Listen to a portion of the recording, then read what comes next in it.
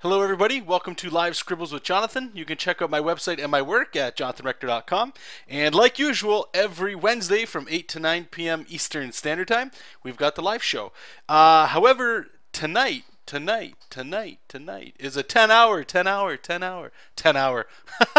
We're going till 10, so that's 2 hours, not 10 hours. See, that's how I know I shouldn't be doing it this long if my time's getting lost on me there. But we're gonna go for 2 hours. I figured it'd be cool. I haven't really had much YouTube content posted lately, so thanks everybody and all the new subscribers too. Thumbs up, you guys are awesome. And really the focus here is just Worlds in Peril. That's what we're gonna be working on tonight. I'm just finishing the pencils for this, which we'll talk about. And then if you guys like, we can probably jump into some inks, possibly some coloring as well. I do have both that I need to do. I do need to do some inking before we get into some coloring and stuff like that, but so good. Yeah, so let me know in the comments, guys, what projects you guys working on. I saw somebody posted, I forget your name, apologize, posted the Hitman piece, and it's great to see that finally coming together. It's really good to see. So here we go. This is what we were doing during the pre-show. Should probably kill this here. And this one here, oops, it's the character here, the Beast, and she's kind of coming out of the ground. Somebody buried her alive. The reaction I wanted to give in her face wasn't necessarily shock. It's more of just it's a normal thing that happens to this superhero. She's able to channel animals and turn them into like a power sort of thing like that. So yeah, so let's get back into it. And this has been really weird. I haven't really done, tight pencils. And yeah, like I've never really done tight pencils in Manga Studio before.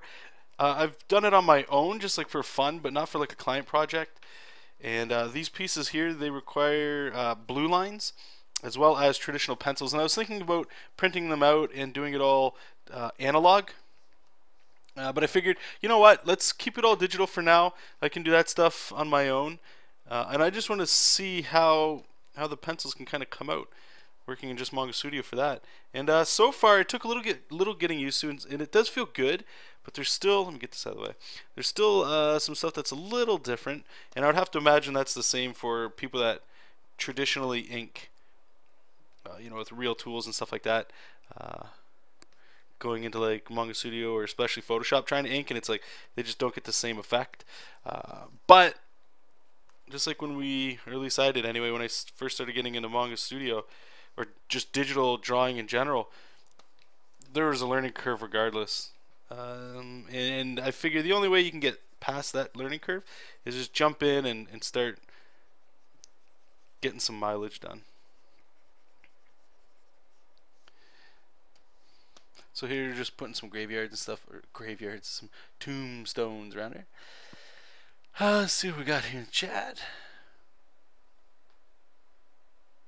T-Bone Jack, I believe you're new to the chat, and I apologize if you're not, but if you are, thanks for stopping in, bud.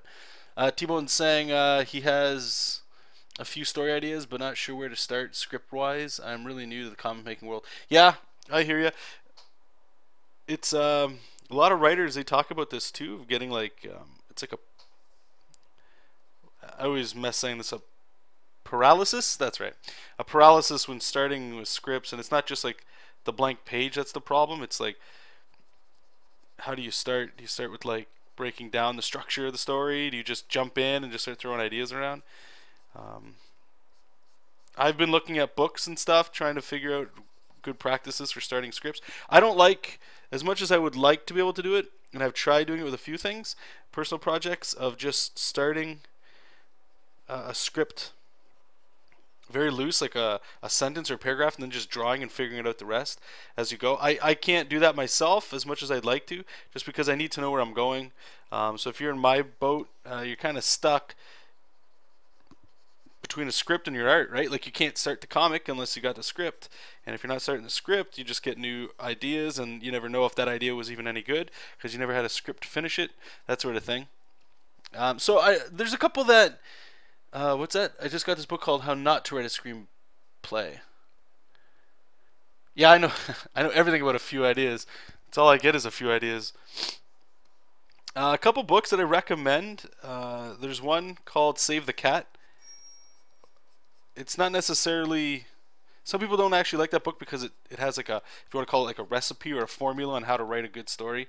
A lot of Hollywood movies follow that format. I like it. Let's be fair, I don't want to be a comic book writer. I want to be a comic book artist and a storyteller. And when it comes time to do your own stories, right? Like you have to tell somewhat of a, you have to have a story in there. It can't just necessarily be the art. If you want to be a storyteller anyway. If you just want to be a cool illustrator, then that's one thing. But I think if you're going to be doing your own books, you got to have at least some storytelling capability. And the only way to do that is the exact same way you're drawing, right? It's like you've got to get your daily practice in. You have to do projects to do all that stuff. You have to read all kinds of things. But I would recommend Save the Cat. Check that book out. That's really good. And a book called Invisible Ink. That one's really good as well. I enjoyed that one.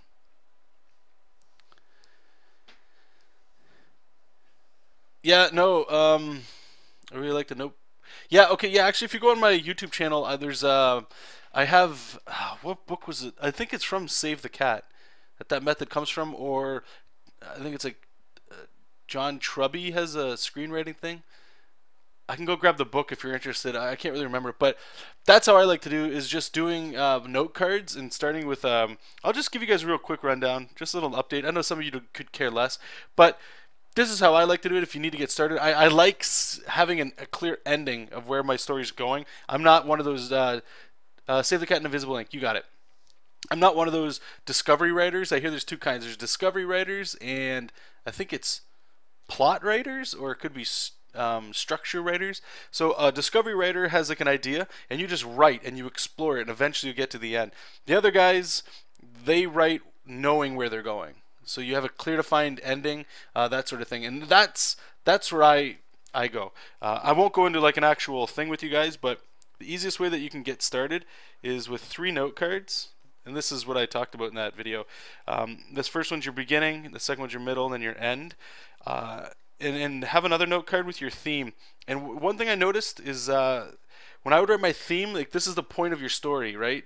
If it's just action, like comic books, like just superheroes fighting, that's fine. But if you want like something in it that's a little story-ish, it's good to have an idea or a theme. And for a while there, I was doing simple things like stealing is wrong, and that's fine, but it's so open of a theme that you can't hit it. So it could be like, instead of stealing is wrong, it's stealing can cause stealing causes families to break apart. Let's just say that. That's what you want to say. See how it's a little bit more like focused? So you know by the end, either that theme is going to be the change for your character, or it's going to be the world that they have to go into. And so the idea is if stealing, we could just say that it's a tragedy sort of thing, and at the end, the main character or whatever gets caught stealing, and his family's broken up. So the opposite in the beginning would be he's not a thief, but his family's together. You know, it's a very organized thing. And then the middle is, well, how does he go from never stealing? I guess Breaking Bad in a certain way is kind of like that. Start off in the beginning, right, where it's, we could use Breaking Bad as an example. The main character is, you know, a straight arrow teacher, and his family seems to be okay.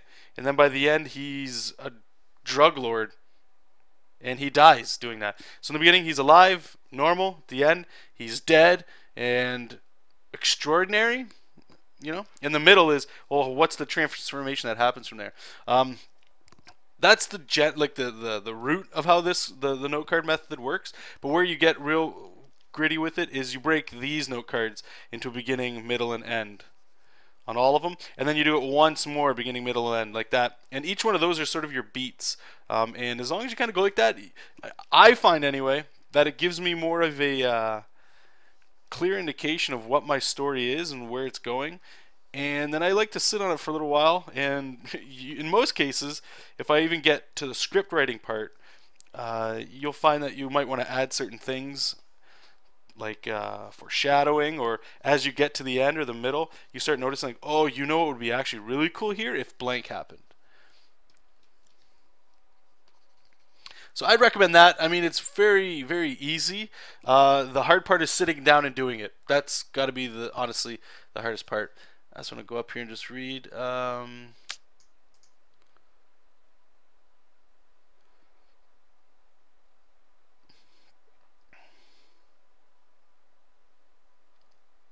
T-Bone's saying he messes around with short stuff and nothing noteworthy, and I recommend a lot of people do that, especially when I talk about mini comics, because those are artists' forms of short stories, in my opinion. Just telling an 8-page story, you got to write the script, all that kind of stuff like that, you know. And as you're going, you'll learn so much about the process and stuff like that. That makes it very, very fun to do, and you learn a lot about yourself doing that.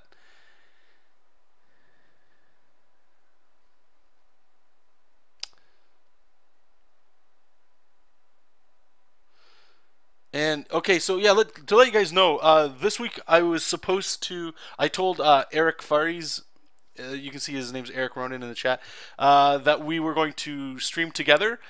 But next week, I'm going to stream with him, so we're going to be over on his channel. I believe that's how it works. So stay tuned for that. But yeah, he's having a little bit of trouble with his backgrounds. Yeah, we're kind of talking about... it's not really a passion or a drive to do something. It's the laziness that always stops us.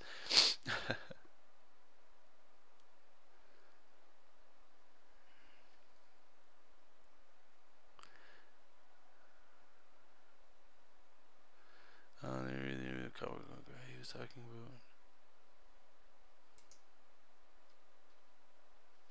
about... Okay, so let's get back to drawing. If you want, Eric... Oh, really? Okay, cool. If you want, man, I don't know how you can do this. Just let me know how you send it to me. Just send me like a screenshot or something, and I just ask the question. Maybe I can help you out there.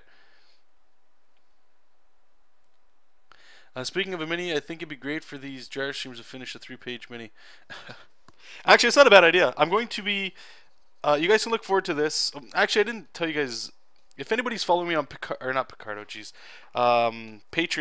I just put this pen up there that I use, that you guys hear me talk about all the time, the C-Tech pen. I use this to do a lot of inking. Reminds me of another pen that I use in real life. But I'm going to be releasing another video, or actually a video. It's been so long since I've really had any videos on YouTube, and I apologize for that, guys. It's just this project's very heavy. Once this is done, it's going to be an exciting time, just to figure out where we're going next. So it's pretty exciting. But I'm going to release a video this week, probably on the weekend, just asking you guys what you guys want to see on the channel, and using some of that to just get a little bit more feedback. So if you guys want to see stuff like during one of these streams, like a 2-hour stream or something, it won't happen until this project's done, just because all the time I do, or time I have, has to go into this project. But I think that's actually a really fun idea. That's not a bad idea at all. Is just let's see if we can come up with like a 3-page script and go to thumbnails. And I would imagine, obviously the art's not going to be anything, but I think if we got to a script to thumbnails, that's actually pretty good. Because the rest is just like your style and stuff, right? Like, I don't know if you guys know this or not, but there's a few artists out there that actually have layout artists. Not too many people talk about it, and usually it's for crunching deadlines. But what a layout artist is somebody just lays out essentially thumbnails, and you might not go any heavier than a thumbnail to give to the artist that's on the book, so that they can finish it on time. So let's say I was doing this book here, Worlds in Peril, and it was like a monthly book, and I know that I need to get 22 pages plus a cover done a month, and I've got like 4 days left of the month, and there's 4 comic pages left, and I haven't even started the next issue. So what some people do is they look into getting a layout artist to read the script and just do the thumbnails, so that when I get to it next month, I can just look at their thumbnails, and like that heavy lifting and heavy thinking is done, and then you can just kind of go in there and add your style to it and draw it your way. I don't even know how you go about getting that gig, because it sounds like something I think a lot of people would like to do, but it's probably just like inking in a way. I feel like a lot of inkers don't get any credit for what they do unless they're working over like Jim Lee or, you know, Greg Capullo and stuff like that. Okay, so we got some questions here. Jar, I meant it would be cool to dedicate streams for 3-page one. Oh, yeah, absolutely. Like I say in every one, I want to be doing my own work. So we're going to be doing that after this is once this project's done for sure. Lars, Jonathan, I take it that you didn't like the Power Rangers reboot clip. Okay, we can talk about that in a second here. So layout equals sort of like storyboarding. Okay, so let me just grab up some thumbnails. I'll give you a shout what layout is. It's thumbnails basically. If you wanted to give it like a proper term, storyboards. Yeah, it's rougher than storyboards for sure.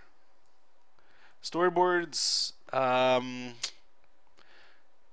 remember doing them in animation class. Sorry for the sniffles, guys. And a lot of that stuff was very like specific, where thumbnails are really just meant for you. So let's go here. Let me see, Worlds in Peril thumbnails. See if I have anything here. Okay, cool, I do. So this was how many pages here once she loads? 9. Okay, so these are what thumbnails look like. My thumbnails anyway. I have very rough idea of the flow. I'm trying to get the flow of the page to start somewhere and end somewhere. I also like to incorporate or have at least an idea of where the text is going to go. So like narration, in this case I just use a blue box with a marquee tool. And then word bubbles, I just have an idea and then I grab a marker and just put them in. So the idea behind this is not so that when I'm penciling I can just like, you know, oh well I know these things are going to be behind bubbles, so fuck it, I'm not going to draw it. That is a way to work around things. But what it is so that when I actually get to drawing this, I don't go, okay, I don't forget that there's actually words on here and I just draw the person and then go, oh crap, the letter is going to have like a brutal time going in here and figuring out where to put the text because I drew over where they weren't supposed to be, right? So as you can see, it's just a bunch of different things. And a lot of this changes once we get to the actual pencils and stuff, or the tight lines. Some of it doesn't. Some of it doesn't. Like a lot of it just relates back to it. So a layout artist would be this, doing this sort of thing. And you guys can see the story here. You can see the style that you would all put over top of it. You know what I'm saying? You guys could all see what's happening for the most part. It's not too complicated. Some things like maybe this shot right here might need some clarification, so I'd go in and make it less brutal there. Okay, so let me just go in here. Okay, so I'm just gonna check my Facebook real quick, you guys. And I want to say that I know there's some new people in the chat, so if you guys look at the top here, there's a big arrow that I drew. There's a follow button. Feel free to click that every time we do the streams. You guys will get notified for that. As well as, like most people have been talking about in the chat, I've been really enjoying just hitting the stream button on here. There's not much setup on my end, whereas LiveStream, I needed to make sure certain things were working, some things weren't working to get that to work, and it's less intensive on my computer to stream through this. I think it's just because of that open broadcast software that I'm using. Okay, so let's see. Eric sent a picture here. Okay, let's get that. I'm just going to close this guy here. We don't need to save that. Go file new. I don't think we need something that big. Yeah, we'll go this here.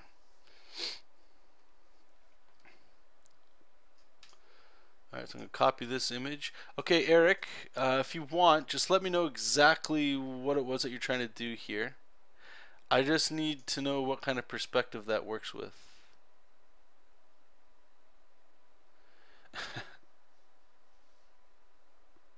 Yeah, Lars, somebody's saying that you had a question there too. So I apologize, guys, because you guys know I like to help you guys out with critiques and stuff, and I apologize that we can't really do it.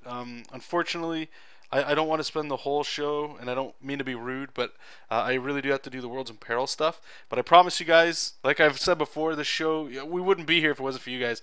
And these streams are meant for you guys, for your questions and stuff, for specifically like this. But once Worlds in Peril is done, then there's nothing else for me to work on but that, okay, guys? So just please don't take any offense. And how many more do I have to go? There's lots, man. It never feels like it's ending.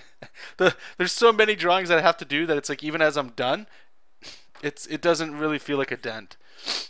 Okay, so you have no idea what kind of perspective this is. Okay, so I'm just going to do something real quick.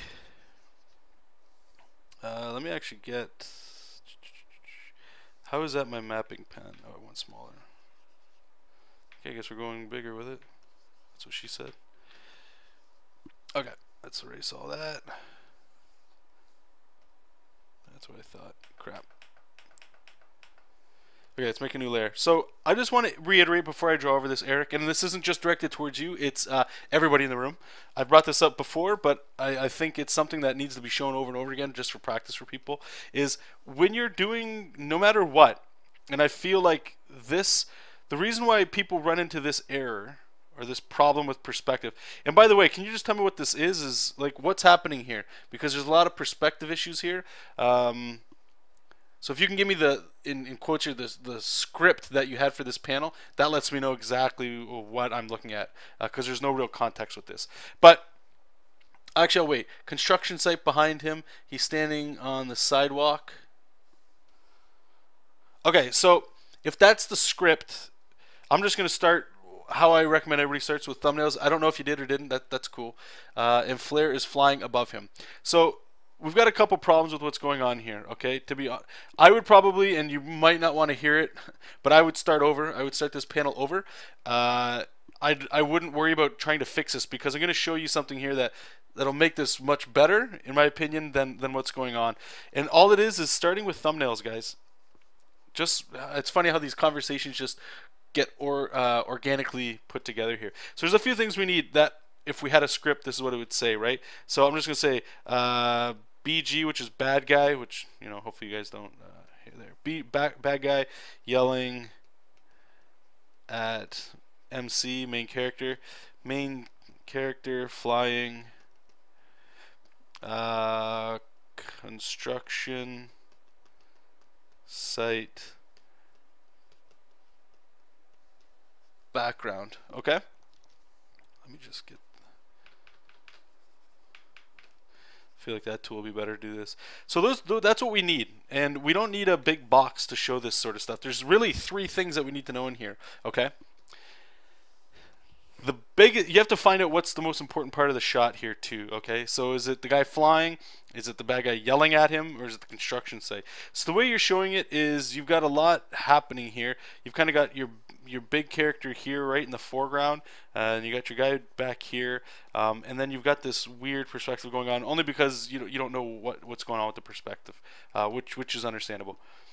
So what I would do is just rough in where I want the characters and then figure the perspective on top of it. Okay, so in my opinion, if I want to show somebody flying, it depends. In this case, if you guys think about psychology, whenever somebody's above somebody else, they're in it's called like a power position. If you've ever gone into like a job or an interview, or interviews are great when you sit down at an interview and the guy that's hiring you or the girl that's hiring you is in a higher chair than you, or they stand up, or if your dad or your mom's yelling at you while they told you to sit down and they walked in front of you as they yelled at you, that's a power position.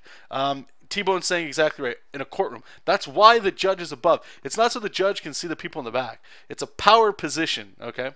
And in this case, heroes usually are the power positions. So you always see Superman in a certain way. They've always got their chest popped up and their chins up, even their chins above you, so it looks like they're looking down through their eyes. Okay, so just remember things like that. It's fun stuff for storytelling, and it helps actually make things easier, because you can just sort of like throw it in there. So in this case, I would have the main character flying in the sky, and then you could have this guy in the foreground yelling at him if you really wanted to do that, and not really worry about much about the background. I don't know if the construction site's been done, so I would probably have to put in some room for the construction site. So I'd put the bad guy, I don't know, somewhere over here, where I'm assuming this guy's talking first like this, and he's probably saying something cute back to him. So I'm going to put the guy here. Where's his fist? Yeah, he's got his fist kind of pointing up at him. And once I know here, now I'm going to just figure out, okay, where's the perspective? What am I feeling? We got a couple focus points. You know, I feel like the ground would be like this. And we'll keep, and this part here is just organic for me. And this, you guys will have to do perspective practice and read up and do tutorials. This stuff doesn't just not happen. The reason why I'm saying it comes instinctually, and what I do for perspective is still wrong a lot of times, and there's better shots, and I'm continually learning. And the whole point of the learning is that you'll just keep, when you need to fall back on something, hopefully you've done enough study and practice so that you can get into it and you can kill it. You know, you can just instinctually do it, even if it's wrong. So I'm going to go like this. I don't want to do a 1-point perspective where it's focusing up at him, you know. So what I'm going to do is I'm going to do a 3-point perspective. So I'll put a vanishing point over here, and I'm just going to like scribble that in on that side. And then I'm going to do, we're going to bring this one a little closer, like that. Okay. And again, to sell that power position again, is I'm going to put, instead of it just being straight lines like this, I'm going to have it kind of coming like this. So we're still forced to look up there, okay? And that's all I would do is on a separate, what's that, Jared? Do the layout Eric did, but with correctness. Oh, you want to see the perspective on this? The perspective doesn't work in this situation because of the hero. He would literally, in this shot, this is how it looks. If you're on the ground with a camera crew, you guys are all over here and you got a camera, okay? This is the shot that you have. You've got the bad guy with his arm up, and you've got the building down here, and the hero is sideways in the air like that. He's flying like a UFO. So it doesn't really work. It's not very like strong sort of things to worry about. Anyway, going back to what I was saying, this is all I do on a separate piece of paper or in your thumbnail. That's more than enough information to move it forward, okay? The next step that I would do is I'm just going to highlight it, control copy paste. Oops. Is that on its own? It is, okay. And I'm actually just going to get rid of your art there. And try to get it to about the same size as the panel that you had. And the beautiful thing about thumbnails is you really don't need to worry about things stretching or breaking like this. You don't, because everything is so rough at this stage, okay? So we're using Manga Studio, so we're going to use the tools to the best of our ability. I'm just going to lower the opacity here. And I'm just going to do this quick because I don't want to spend the whole time doing this here, okay? So this would be your shot here at the bottom looking up. Maybe not. Just going to draw a rough panel. There we go. And you can kind of see already what's happening here, right? You can kind of go in here and figure it out. So you know you've got the angles already done for these characters. So you're going to have this guy up here. Don't cut your characters off at joints, so have that leg go through. And what I meant there is don't have it like get cut off at the panel border. Okay, so you can kind of see what's going on with the perspective. Again, I'm just following that grid that I sort of laid down. We can do the old Jim Lee thing where you got the big old hand in the front. But he's got to follow that perspective that's going away from us like this. This leg's going into the distance. And you guys see me do this as well. I put like these little cylinders on there just to help when I go in there to add actual like anatomy. So I got rid of him pointing. I figure we can kind of point with the eye. That's okay. And your hero, he can be way up in the distance here and have like the feet, you know, like that. Maybe he's got his hands to his side, but you can kind of see what's going on here with this, right? And then in the background, look at all that room we could have again. Here's his text, and there's his reply if he's saying something cute. Look at all that beautiful room we have to draw a background, which nobody likes to do. I understand this, right? But this is where the comic book works. If you want to be a comic book artist, you can't skimp out on this stuff. You got to put in the work. This is the work. Now the genius is coming up with creative ways to not have to draw all this stuff all the time. Okay. That's where the genius comes in comic book creation. But no matter what, you've got to be able to draw backgrounds. You can't always just go, how can I get around drawing the background? Unless you got a deadline and you can figure out a creative way to do it. But if this is a personal project, you're probably in your best bet to figure out how to be able to do this sort of thing. So from here, I would grab my reference from Google. I would look online. There's probably a fence or something.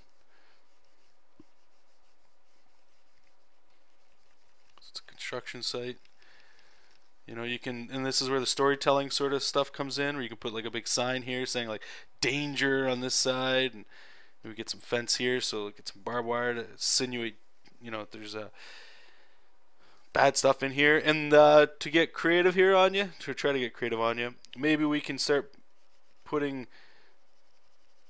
construction stuff, but we'll just put a bit in black, you know, silhouettes, and you can just start getting like framework of a building or something. You don't want to go like that to make it look like he's flying on there. Maybe put like a shadow of the character like right here or something like that. But you kind of see where I'm going with this. And just to go very quickly, just to show you guys the rough thumbnail of the original one that Eric had. Actually, I should probably just draw it on what he had. Okay, so in this case, what we'll do, where was it? This one? To get the correct perspective on this guy's wrong, okay? And I'll show you why. So this perspective you've already got in here.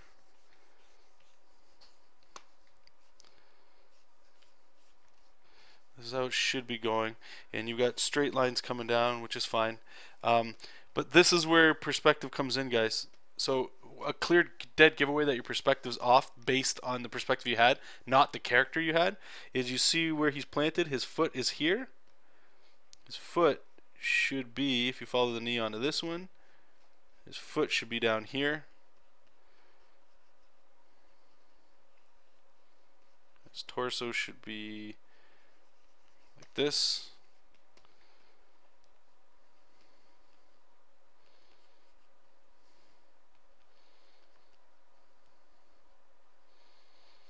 You know, something like that. And now this guy, if he's looking over, if you still wanted to have his face there, it would probably be something crazy like this, because he's got to be looking up at the guy, right?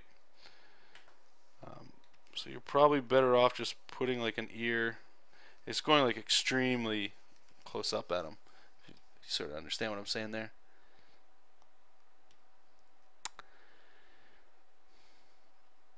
Okay, so hopefully you guys got that. So I'm just going to close it, and hopefully it helped you out there. I'm going to get back to this. What was the last thing that we were talking about? Power Rangers. That's what it was. Okay, so Power Rangers. So there was a trailer that went out, and okay, to be fair, I thought it was a fun trailer, and you guys know me. Everybody's got their opinion, and they're entitled to it, and stuff like that. So I'll play devil's advocate right now, and I enjoyed it for what it was, but it wasn't a Power Rangers thing to me. It had nothing to do with Power Rangers at all. Okay? Meaning that just because they showed some really cool CG robots in the beginning, which was cool, and cheap Power Ranger costumes, which was, you know, they're not going to have the money, I guess, to... They spent all their money on special effects. They didn't spend it on costumes. And that's fine. I don't want to criticize them on that, because that I thought that the first about a minute was awesome. Them running around with rifles and the Green Ranger with like a holographic shield. Okay, you know, let's go. Let's see where this goes. But the moment that they started getting into like the gritty part, and this is where it fell apart big time for me, was because it was dark and gritty. I'm a big believer in, don't just make something dark and gritty because you think it makes it cool. I hate, and I absolutely hate that a lot of movies nowadays and shows are making things like so gritty that it's like that's just what sells. And I can't argue with the numbers. There's got to be reasoning for that. And I enjoy a fun action flick as much as the next guy, and that's fine. If that's what this was, that's cool. It's a fan thing, so it's not meant to be serious. That's fine too. And to be fair, if this got picked up, let's say, and they were going to do a full, movie like they did with Ninja Turtles like this, that's fine too. I just wouldn't see it myself. My Power Rangers is the one that I grew up on, and it's as simple as that. And because of that, I know that I can't ever get that back. I don't watch Power Rangers anymore. Every now and then I do fire up the old ones just for the cheesy kick out of it, that nostalgia and stuff. But again, the only thing that made this feel like Power Rangers to me was that intro, and just the fact that they were name dropping people. That's it. Everything else had nothing to do with Power Rangers. Had absolutely nothing to do with anything. So, and I'm not a big fan of just like it felt cool, but the only reason it felt cool is because I knew the characters they were talking about. And having Rita be the shapeshifter at the end and stuff like that, that's all cool and fun, but it just never felt like, it just didn't feel like Power Rangers to me. And I don't need giant campy kids running around and Zords and stuff to make it feel like Power Rangers. Power Rangers, when I got into it when I was younger, it was a kid's show. And the reason I shared that video, and for those of you that don't know who the guy talking is, because there's some people that message me privately saying, like, you know, it was just some guy talking. That's the original guy that played Tommy, the Green Ranger, and a lot of other Rangers and Power Rangers since then. What he was saying, I shared a lot of what he was saying, was that it was, you know, like Power Rangers is it's a kids show. At the end of the day, it's a kids show. But does that mean people shouldn't or couldn't make adult gritty Power Rangers? Absolutely not. Go ahead, knock your socks off. It's just it wasn't for me. That's basically where it comes down to. And the Power Rangers movie that came out, like, that's atrocious.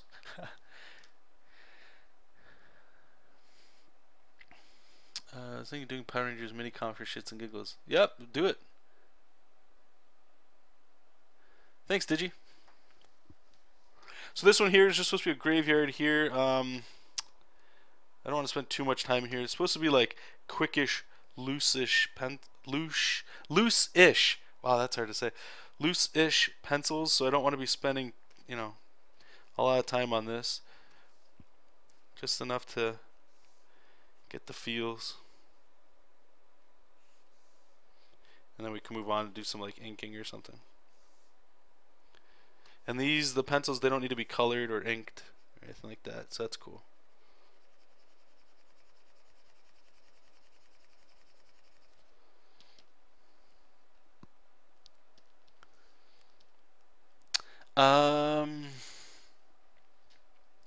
Okay, so Kaz Studios, I believe that's her name there. Jonathan has been using a lot of different places to live stream. Why choose here? So this is where we're going to be for now. I don't plan on moving. LiveStream was the Ustream, I believe, was the actual first one that I used to use. But it did a number on my system. It just really lagged things out. Then I was at LiveStream for a very long time. LiveStream was great. But then I started noticing people leaving comments saying that the quality was pretty shit. Of the recorded versions, because not everybody can make it to the streams, which is understandable. So what has it been now? Almost a month, maybe? I started just looking around online to other streaming services. I checked out Twitch because people were saying you could like go on Twitch now and things like that. I also tried Google, right through YouTube, I believe it was, of doing streaming there, and that one was actually fine. I actually had no complaints with that at all. But then Eric in the chat, he told me about Picardo, and a few of you others have talked about this site as well. And so the reason why I'm sticking with this is it's very lightweight. The program that I can use to stream is actually amazing. I'm getting no lag, no slowdowns. My computer's fan doesn't kick up anymore.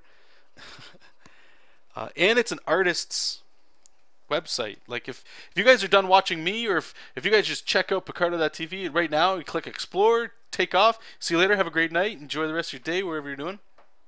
There's a lot of other artists on here that are doing really sweet things. What's going on with Manga Studio? There's a lot of people doing really cool art.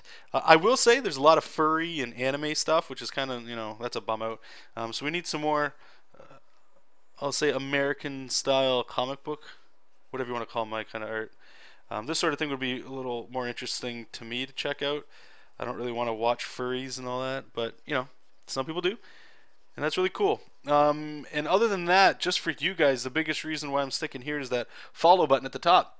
I got a few complaints about people wishing that there was a way that they could get an email when I go live in case they forget, which is understandable and reasonable.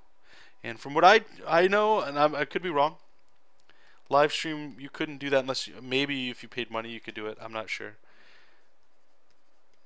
So that's why I'm here anyway. I can, now that I've been doing streams here for a little bit, I can highly recommend this website for sure. Especially if you're doing art content. No, it's free to do this streaming. It's literally, the best part about this site is when you make an account, I believe you're also making yourself a page, and you can click tutorial or something, I forget how you get there, and it shows you the software that you can download. I got the Open Broadcasting System, I believe it's called, OBS, might be right. And it's very, very simple. Go in there, you do it, costs nothing. The premium thing that's flashing at the bottom right that you guys probably see, because I see it, that's $10 a month. That's for me. We might get there if I believe once I get up to, if you guys look at the right on the bottom left here, it'll say like 20. I believe that represents the users that are watching right now. And there's a heart. That's 47. Once that gets to 50, the subscribe button kicks up. And I have no idea what that magical button does, but it's you can subscribe to give me money. I don't know what that means yet. I can look it up. I'm going to look it up and see what it means. Hopefully you can get something in there. But if I get 2 people doing that, because it costs $10 a month for this premium stuff, then I'll be putting that money back into the site so that it keeps all the streams that I'm doing that aren't getting uploaded to YouTube because they play like copywritten music and stuff. I don't want to be editing or anything like that. All those will get put up as like past broadcasts, so you guys can check out old stuff too. But no, everything I'm doing right now is free with this stuff. Oh, oh thank you, Master. No, I've seen you before, Master. 49. It's at 47, so maybe people left. Yeah, no, I dig this. So I guess I'll ask it too, because I know I'm rambling. But if anybody has any questions or anything that I may have missed that you asked before, by all means, just toss it in the chat. Please put it in all capitals, your question, or you can just put my name in capitals. That way it's easier to see. Lars, Jonathan, let's talk about your YouTube. Yeah, I haven't brought that up really either. So I think now, I just popped 10,000 viewers, which is insane. Or not even viewers, sorry, subscribers. So if you guys are subscribers, tits, thank you so much. And it's weird because it's coming at a time where I haven't really been uploading anything. So if you guys are sharing and stuff, sharing is caring. But we will get back into the YouTube stuff, absolutely, once client work here is done. And I can share with you guys where you guys can pick this up if you guys like tabletop role-playing games. And you guys heard me about my vegan video that we did. That I actually haven't uploaded that one to YouTube, but I'm kind of hesitant on it because I know my lifestyle of being a vegan or whatever, and I don't try to bring it into the art so much. That's just on my personal Facebook thing, not my art Facebook. But I'm kind of hesitant on posting that just because I don't know why. There's this fear that I have, and if you guys are here during that show, I was talking about what I'm going to do next, and I feel like I want to get into some activism artwork, and I'm not sure what that even means. I have no idea what that even means. And I don't know if I'm going to, what I'm going to do. I thought about, still going through with the idea of pitching to Marvel and DC. Perhaps I can get more work through them.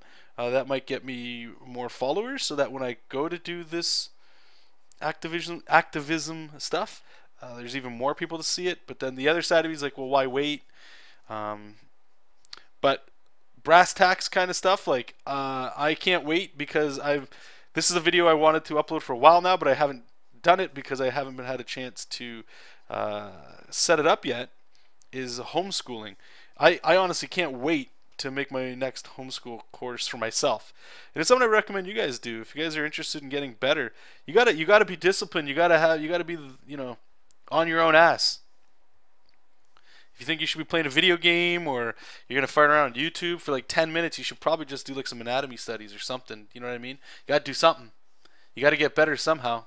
You're not gonna get better just by drawing when you feel like it, or drawing when somebody pays you to do something, And if you're not getting paid, like, that's how you get paid, right? Is to get better.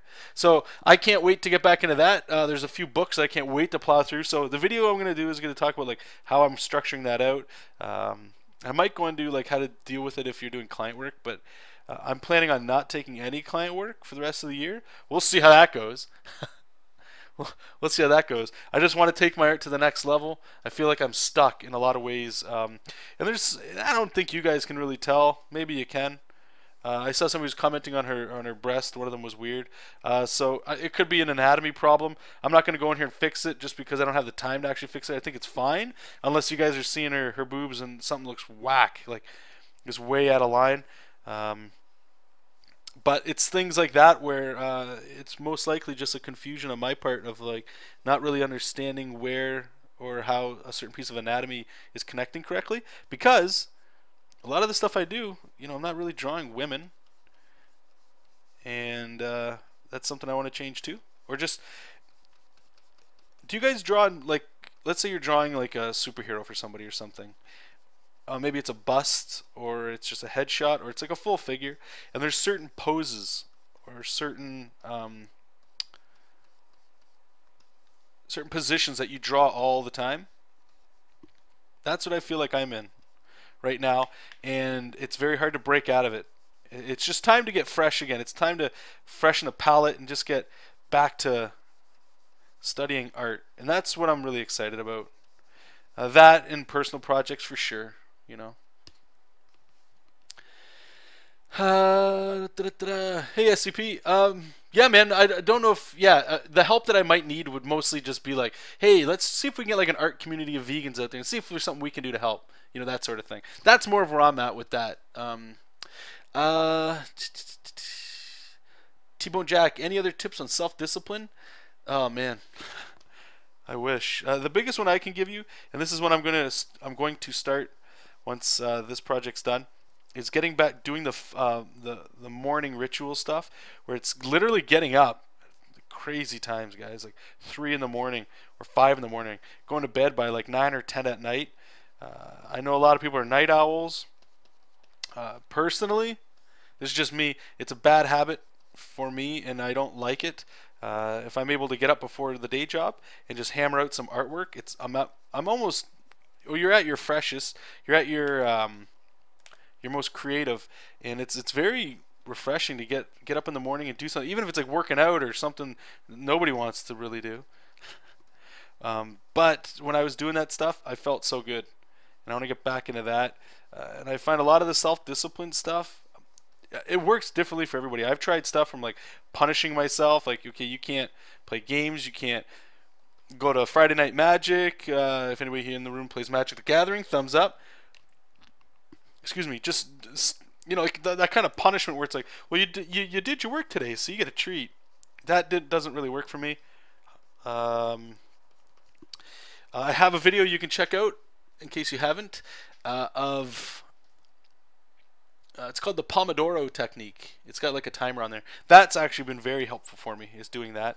And the last thing is a website called Trello, Trello.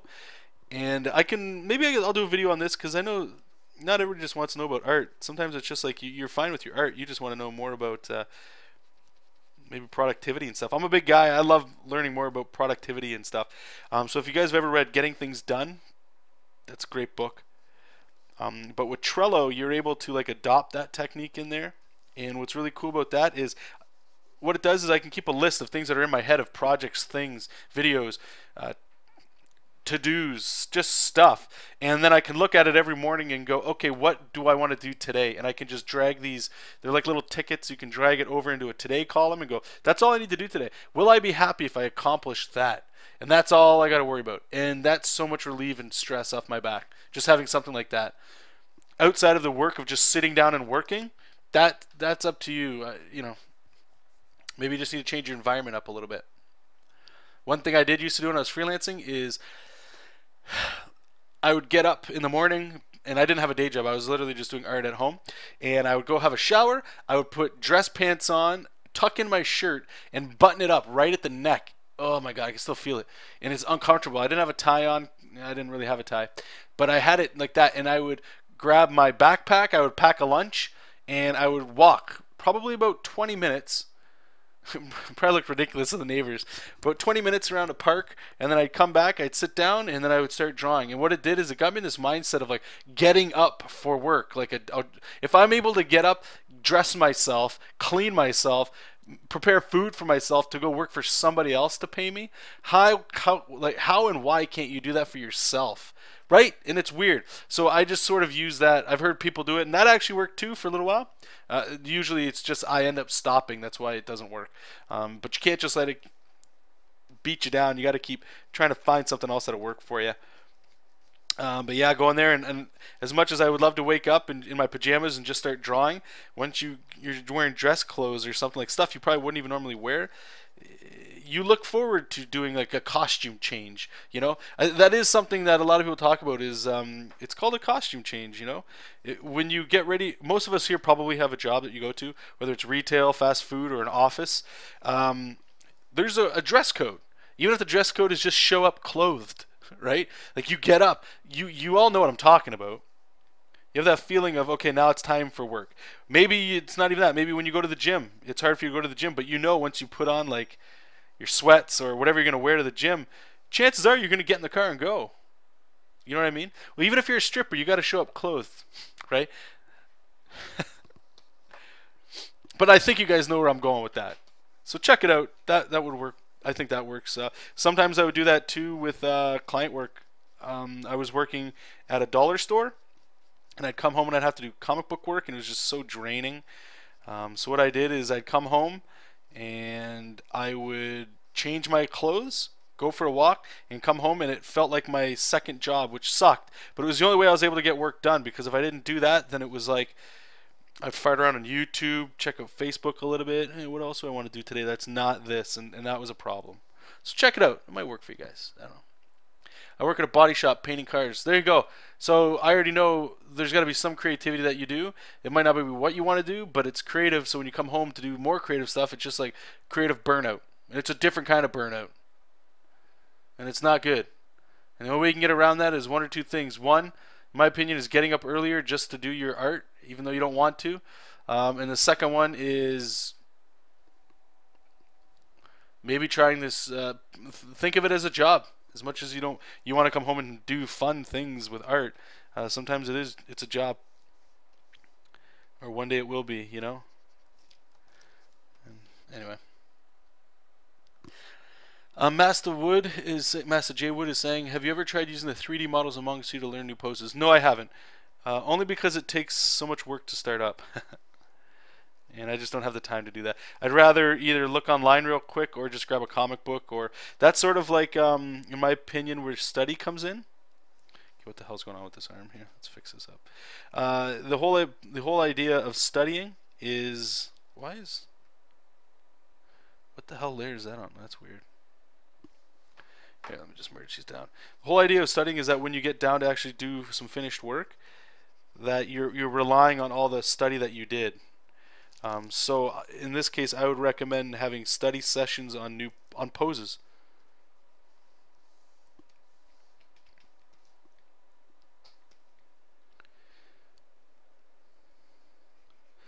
So when it comes time to it, or down to it, like there's a reason why I feel like I'm getting stagnant in my poses, is because of that. I'll use this in quotes here. I haven't had time to study anymore. So I'm reliant on the last time that I studied. You can only fall back on your stuff so far.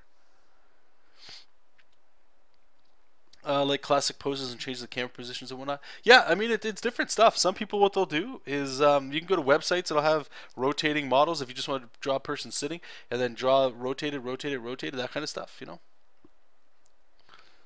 There's a lot of ways to study, and none of it's really wrong as long as you're noticing growth and you're getting something serious out of it. Like you can feel like you're getting like some growth out of it. Alright, so this one's done. I think Cogs is saying, good luck, T-Bone. Cogs is saying, I found breaking jobs up into the smallest parts don't overwhelm me, therefore I'm more willing to start. That's an excellent point that he's bringing up. That's actually talked about, whether he knows about it or not, somebody else named David Allen in that Getting Things Done book. I highly recommend it. You guys might not like it, that's fine, but if you're looking for things, chances are you might want to start a little bit investing in productivity stuff. I know self-help, there's a Carl Sagan joke, or not Carl Sagan, George Carlin joke about that, paying other people to help you for self-help. It's kind of funny. You're the only one that can do the self-help, right? But paying somebody else to do it is kind of weird. Anyway, but it's that. It's he calls them next actions. So an example would be for this. So I know it's like, okay, I have to finish this this picture here. Cool. But that's not just a task. There's things involved in this. It starts with this. You can't really see it, erase them, but it's a thumbnail. This is my thumbnail. So that's a task. Do the thumbnail. Next, like the next action is get some rough line art in. So you can see I tightened it up. That's done. The next step, pencils. Next step, inks. Like you can break down things like that. And if you think about it like that, if all you're doing is you're just tackling it down just one piece at a time, you can notice that you get like a momentum with it. And it's fun. It's really, really fun. Lars is saying at the moment he's challenging himself to do more dynamic poses like the Hitman piece because I always feel my drawing is static. See, there you go. Keep it up, man. That's the best way you can do it. You just keep practicing. T-Bone, Lars, Psychra has some good vids on dynamic poses. Yeah, Psychra is a very good artist, and he has a lot of really good content on there as well. There's also there's actually a whole bunch. Maybe I should do a video on that. If you you guys interested in that, like artists that I'm following, yeah, I'll do it. What the hell? Give a little shout out to other people. You guys check them out. Off the top of my head, Psychra, anything by Feng Zhu, a lot of concept artists. Anything by Dave Raposa. Who else we got? Proko is pretty good. I think like if you're just learning some stuff, he's got some pretty good stuff. I mean, what he does, I don't mind it. I like his stuff is good. It's just good, period. But a lot of the stuff he talks about, you can find in anatomy books already. But it's good to have that resource online for sure. Who else we got? There's really a whole bunch that I just can't. That are not jumping out of the top of my head here. So I'm just trying to. We have to have blue line art in this image, so I'm just trying to. I'm cheating this here. I'm adding value and range with a different color as opposed to just worrying about like graphite. So I'm adding the background with like more gravestones and stuff like that. So let's turn the perspective off. So like this would be the finished piece here. But what I'm going to do here as well, I'm going to lower the opacity on the pencils. It just gives it a more of a graphite look as soon as you lower it. So when you go in here, like it feels a little bit more like pencil. At least to me it does. I like the pencil with the 2H lead, so that's usually how that works there. So let's save it. Let me just go catch up to what you guys are saying there. Your niece calls you Toba. Oh, thanks, T-Bone. Appreciate that, man. That means a lot. Moogle May. Moogle. Okay, so you get props for bringing some Final Fantasy action into this. How do you think of interesting perspective? That's... I save it up. I save it to other people to come up with creative perspective. It's my job to find those people. That's the way I look at it. Meaning, I've recently, over the last 2 years, gotten into, and I apologize for my sloppy English, gotten into manga. Manga is amazing. I love it. I can't get enough of it. The shit manga artists do, as opposed to American like superhero books, is mind-blowing stuff. Mind-blowing stuff. Not necessarily in every regard. I wouldn't put one over the other, but the style of manga that I like to read, the perspective, the speed lines, the action, the dynamic foreshortening, the dynamic anatomy, the rendering in some of these ones are just, you just can't get that in American comics. And I would argue I would argue a reason for that to some degree is the coloring. A lot of American comics or Western comics, whatever you want to call them, I don't know if there's a proper term for it, but they have such amazing colorists that it can get rid of some of that high quality ink work. Whereas manga, it's just black and white. You have to sell everything. If you guys ever read, like I'll go with Dragon Ball Z, the manga, read the shit out of those. Great stuff. Great stuff. Sonic, what do you think the best books on anatomy are? Oh man, you guys are giving me all these videos. Oh my gosh, look at you guys keep going with all these questions. Thank you guys so much for these these questions. You know what I'm gonna do here? Just give me 1 second. I'm gonna answer them as best I can here, but these are all really good questions to be asked on YouTube. So let me just log into Trello. I'm just gonna make a couple tickets here for myself, if you guys don't mind, just so that I can, in the future, some point, make some more content for the questions here. How do you think of... Okay, so How do you think of interesting perspective is one. We just kind of talked about that. What do you think the best books on anatomy are? I don't know if I have a video on that. I might. Some of the stuff gets old. Kaz Studios. For colors, it is okay to use other artists' stuff if you give them credit for their work, but you didn't ask them for it for practice work. Yeah. Lars is asking another question there.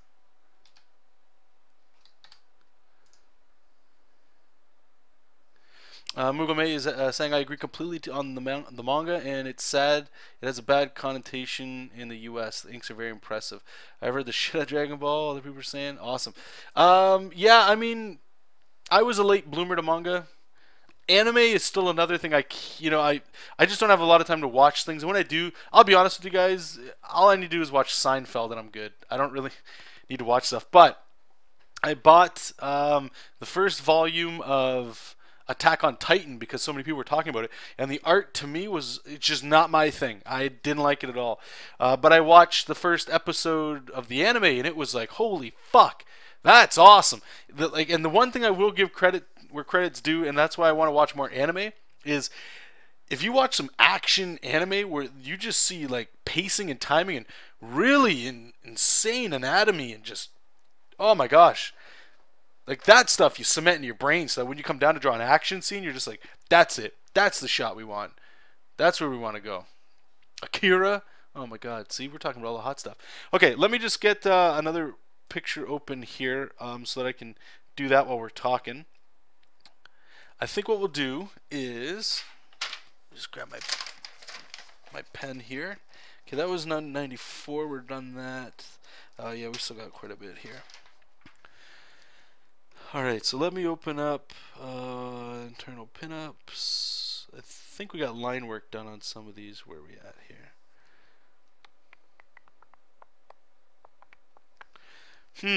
I don't know which one. You know what, this one will... do we want to do that one? I don't know if that would be fun. They all got to be done. Doesn't matter. So we're going to do some inks on this one here. So these will be like the tight lines. You guys probably saw this during the stream that we did before. And we're going to get some heavy inks going on this boy. Just turn the opacity up so I can kind of have an idea where I was going with this. Let me turn off the knockout layers on these guys. And lower the opacity on the background. The last thing we'll do, I'm going to make a new layer. I'm going to change this one to color. We'll change it to black and white when we're done. But I'm going to ink in like a dark red. Seems fun. So then we can change it to black later. So I'm just going to save it as inks. Okay.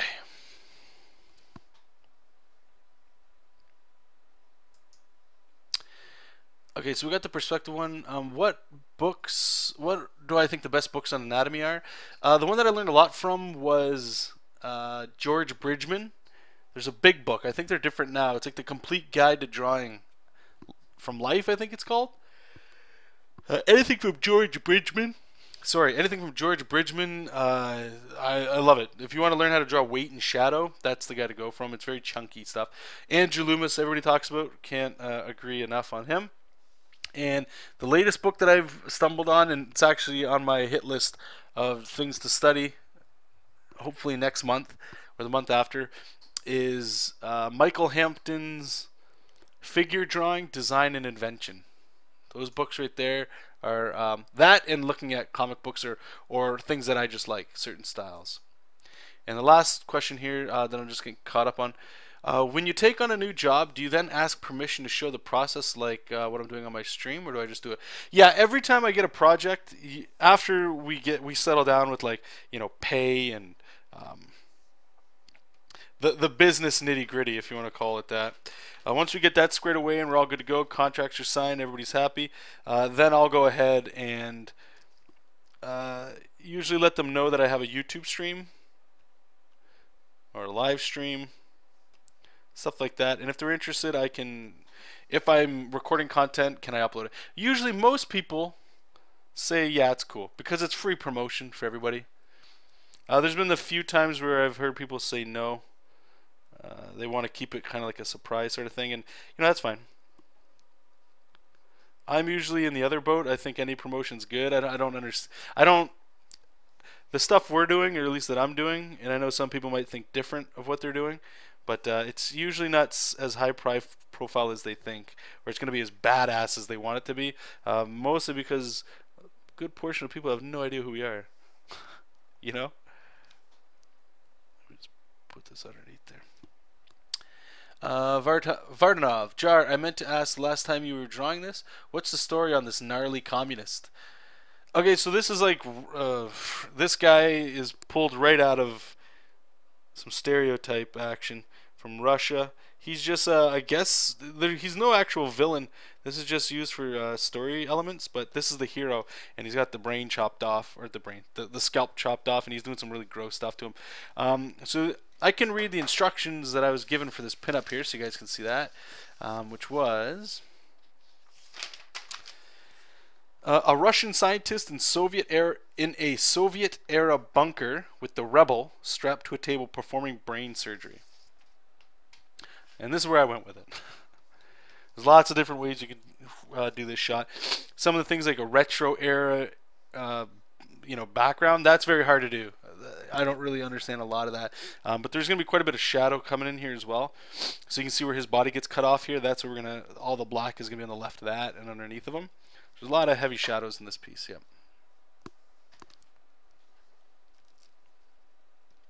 I now have 50 followers. Is that right? Maybe it's not updating on my side. Let's check.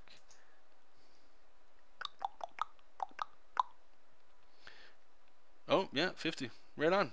Well, thank you, everybody that's subscribing. Awesome.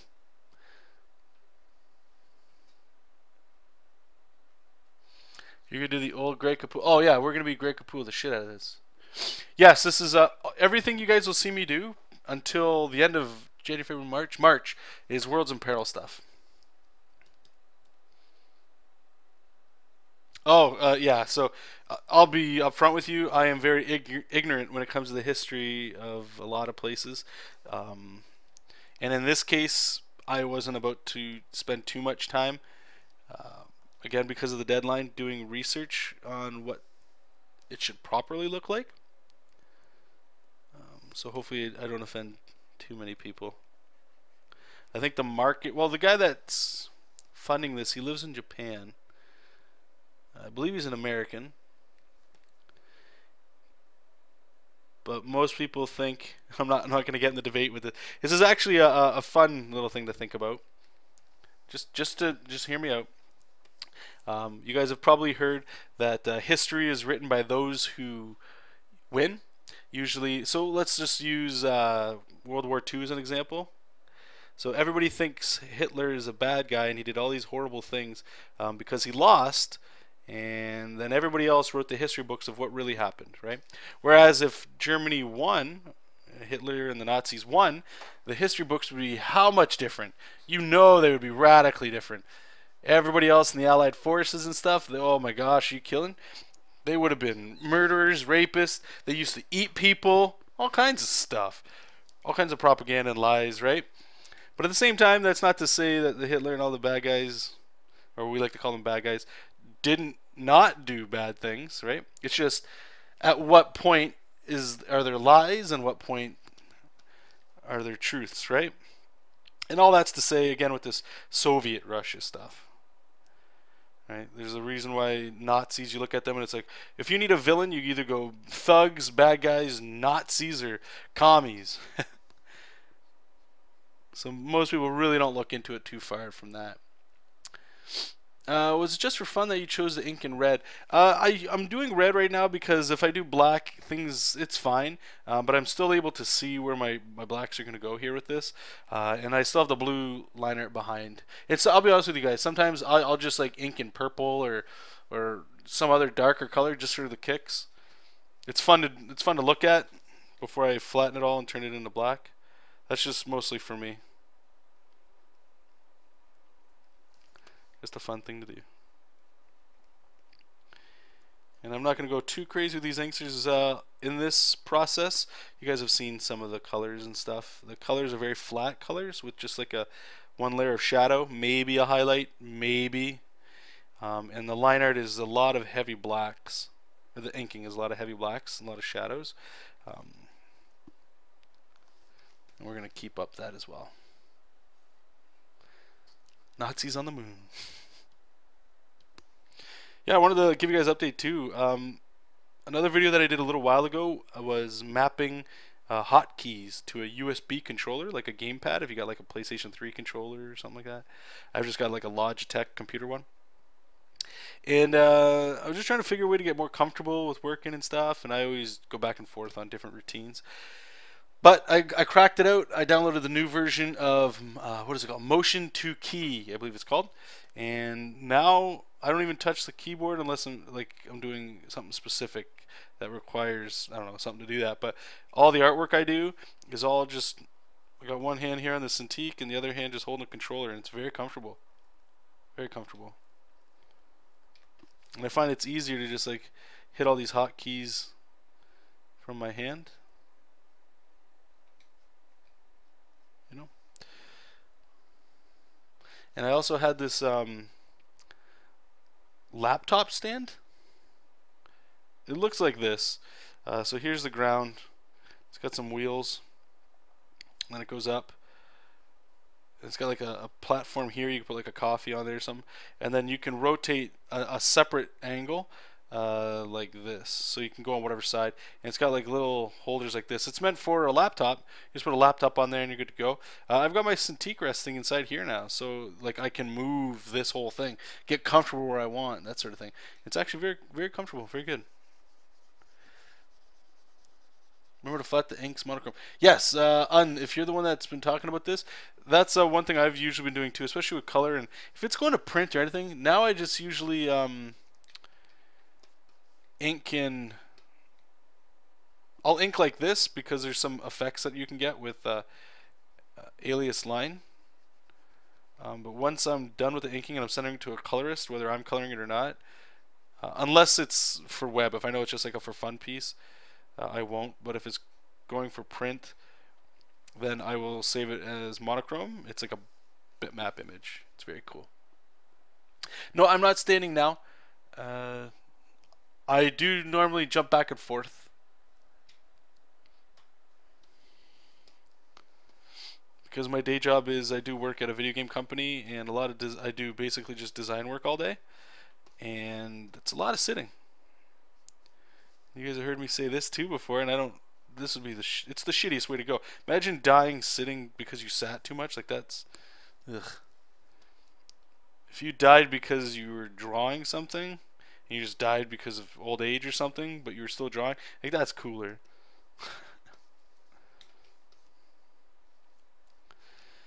Okay, so I'm just going to change this to black here for a second.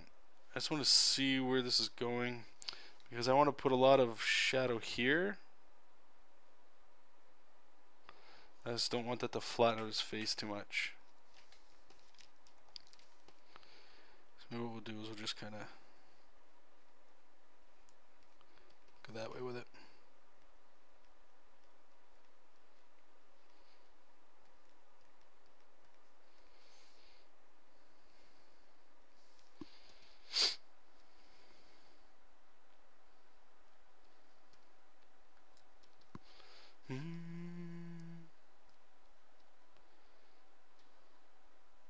Oh, I sit way too much.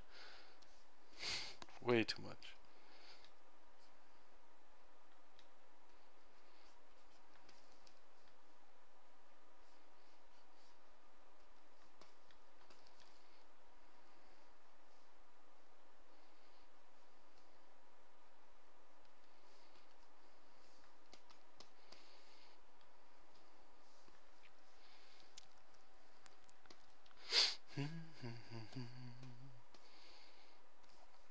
All right.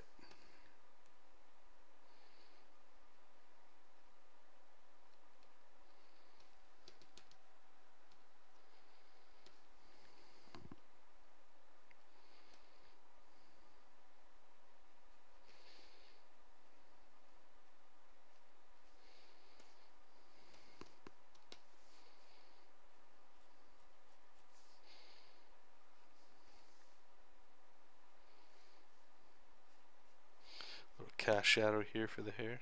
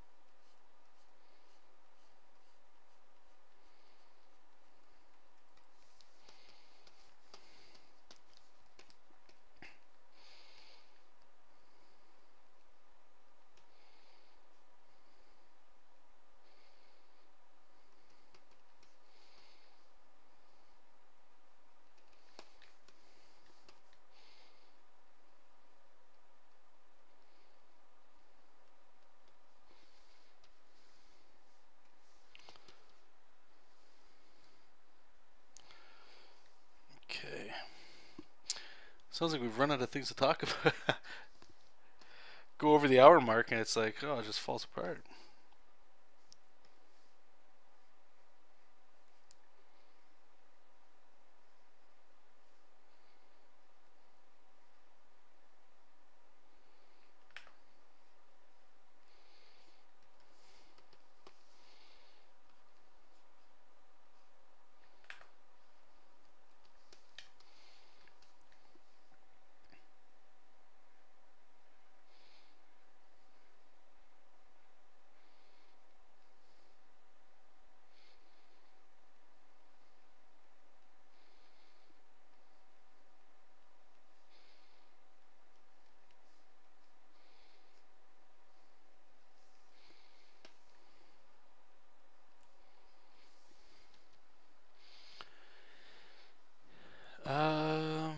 What's that, Lars?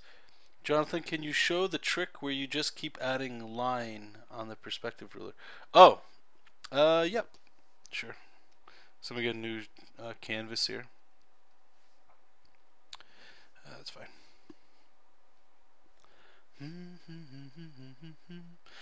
John, what's the best way to practice drawing? Yeah, it's really just draw. I mean, to give you an answer, if you want to get better at something, figure out what that is and practice that. So just saying, what's the best way to practice drawing? It's not an achievable goal because you can never do that. You can get better at drawing things, or developing skills, or learning to see things better, you know. So if what your question could be is like, what's the best way to practice figures or anatomy? You see what I'm saying? Just by adding something that you want to draw, you can at least figure out where to go next, and that's probably your best bet. Outside of literally the one thing advice that works with all of it, try your best to work or draw every day, even if it's study. Okay. Okay, so the question there that was asked was this line that you could add to perspective. So the first thing I do is I've gotten away from doing this, using this perspective ruler tool and throwing it in there. I found that I wasn't able to get the flexibility I wanted with it. So what I do now is I just go up to layer, ruler frame, and then the drop down is create perspective ruler. For this case, let's do 2-point perspective. That's fine. So do 2-point perspective. Make sure it makes a new layer. I usually just move it above everything, just for now. And if you click on this layer, if you look at this green line, that's like your horizontal line. There's these little crosses, and you can like adjust your horizon line. You know, move it down. But let's just say we were doing sort of like what Eric's picture was earlier in the stream here. I'm just going to move that vanishing point off. Let's just say I want more lines to see what the hell's going on. It's very hard to just kind of see this in there. You know what I mean? So all you need to do is just click one of these things here. Watch me not be able to find it now. Is it the ruler tool? Yeah, so you just click the ruler tool. It might be one of these, the direct line or the frame or something like that. Just get over to the ruler. It's down here near the gradient and the fill bucket tool, and then in your perspective rule tool property, right here, there's a little drop down there, and you're just looking for add guide. That's it. So you click add guide. You can just click, and it's going to add to every vanishing point that you have here, right? So I want more here. That's fine. So we're going to go ahead and add a bunch. And I'm just clicking. It's fun. And then this side I want more. Yeah, let's get some more over here. Yeah, just go crazy.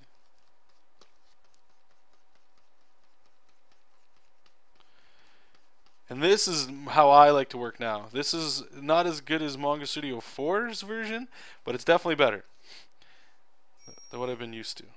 That's for sure. And now for some weird reason, I don't think I can get straight lines. That guy. Oh, right, because it's only going to the vanishing point. So yeah, one flaw that I'm finding out right away is there's a plumb line, like your vertical lines are up and down, but it's not showing there. So sometimes what I do to get around that too is, like, if that's all I can do, if you go back to this object selector tool, You click on your perspective. There's a whole bunch here, but there's a grid here you can click.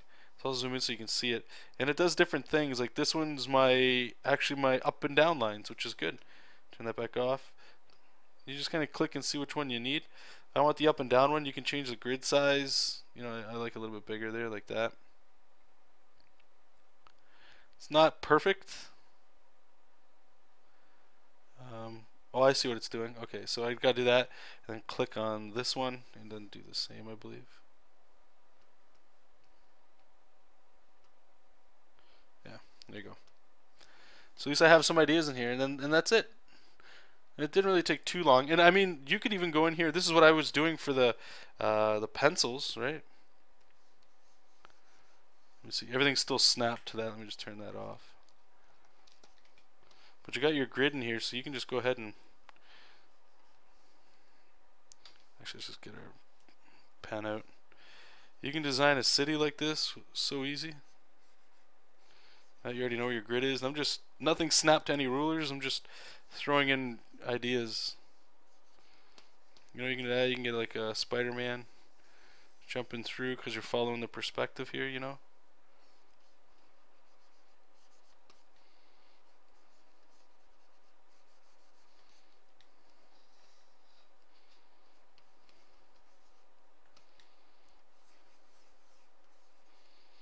I don't know what the hell Spider-Man's doing here.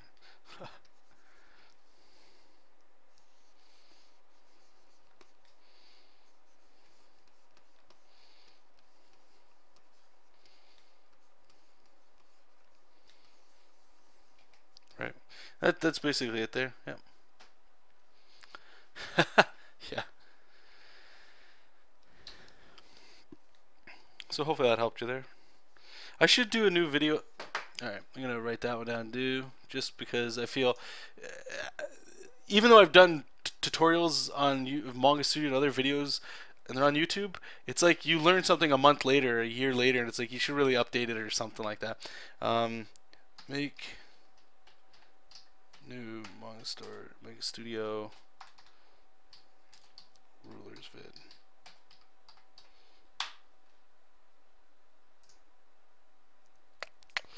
Oh yeah, what was the other one? Create mini comic on stream. Script to thumbnails. That sounds like it'd be pretty fun to do.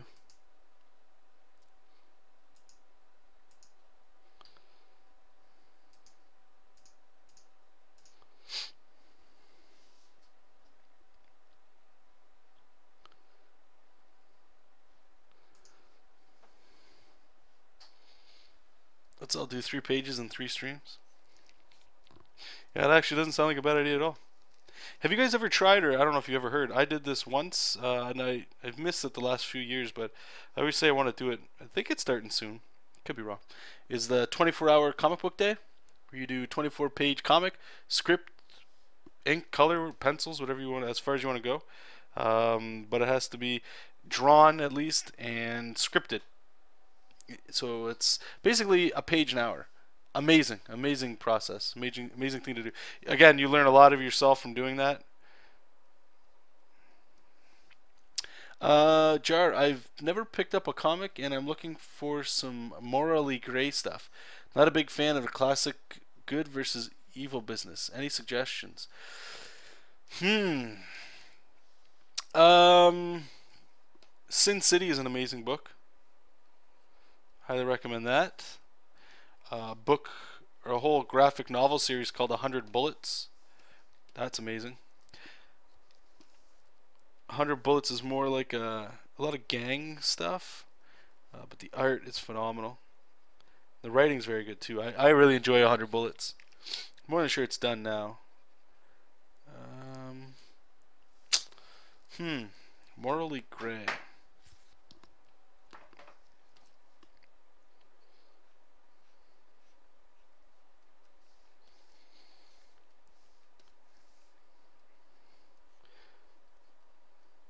I don't know. It's kind of hard to find any or think of any.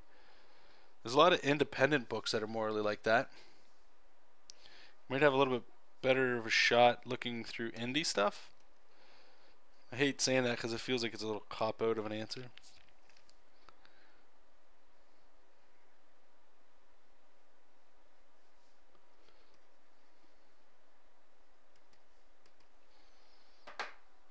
Oh, you're welcome.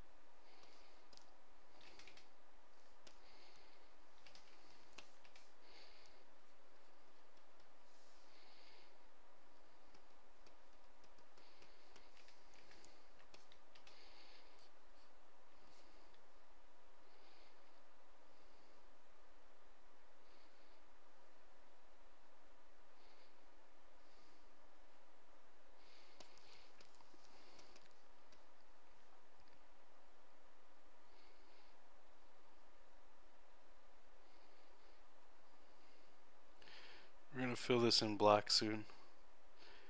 I don't want to spend too much time just in the red.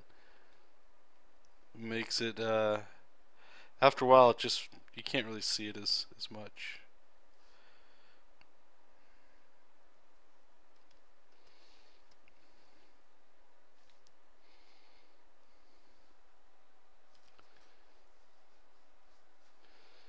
Yeah.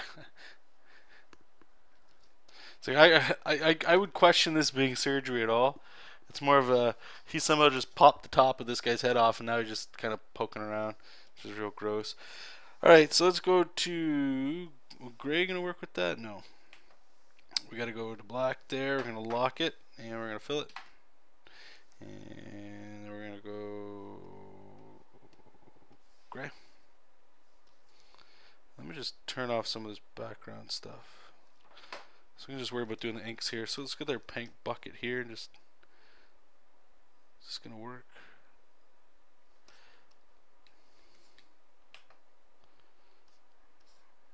Nope, I missed that line there.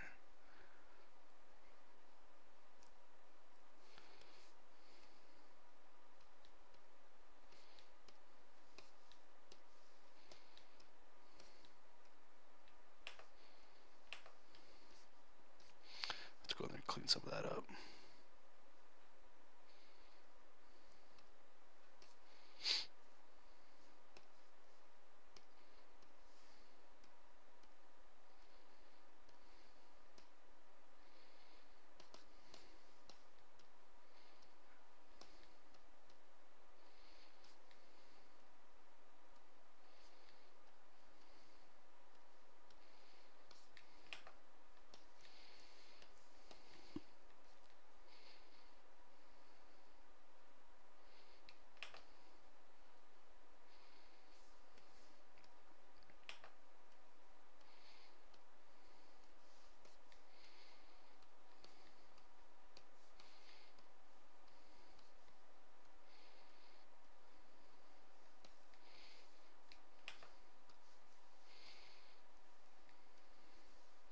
Just get in there and finish this here. So let's go stop there. Go that way with it. So we can see what we're building up here. So let's turn this off here.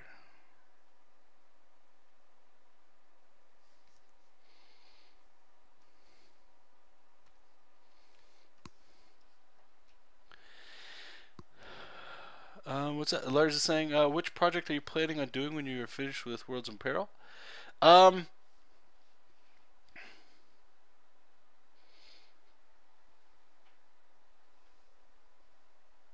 mean, I have, I don't know, I have so much stuff. Scorpion is one thing that I'm still very interested in. But I broke a golden rule that I said that I wouldn't right at the beginning of the year, which was not to talk about personal projects that I'm working on because of this exact thing. If something happens or whatever, then it always just sounds like I'm not doing anything, or personal projects. I'm not. Basically, I don't know. I think a lot of people just think I'm doing a lot. I'm not doing a lot of personal projects. I don't know if it doesn't really matter what people think, but like if they think I'm just not doing work at all, I don't know.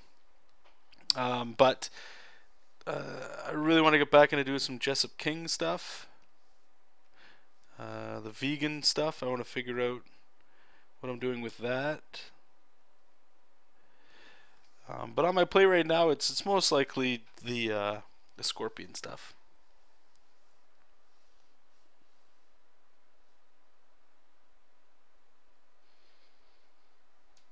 Yeah, that's exactly right.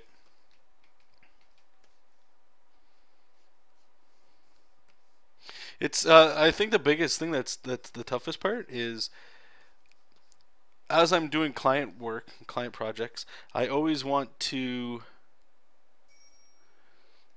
It's like you just get stuck. Not stuck. Stuck's a horrible word for it. But you're doing the same project over and over again, and some people really enjoy that. But for me, as much as I do, it's like I just get that itch to do my own stuff, and the time is the hardest part. And just to reiterate, not to like bitch and moan to you guys and stuff, but I work. What is it? 8:30 to 4:30, and then I get home. I rush to eat till about 5:30 or 6, and then from 6 to about 11 I'm doing Worlds in Peril stuff, and that gives me about an hour before I have to go to bed if I'm lucky to just kind of do whatever I want, and that's an entire day of drawing, so it's very hard to find the motivation to just do a personal project in that case, you know. And the personal projects that I want to do, it's not like I'm doing them because I want to get a better job out of it or something like that, right? I just want to draw some cool shit, and I happen to like comic books, and it's very tough when a lot of the work you do is comic books, and then your hobby is comic books. It's like it's very weird, you know.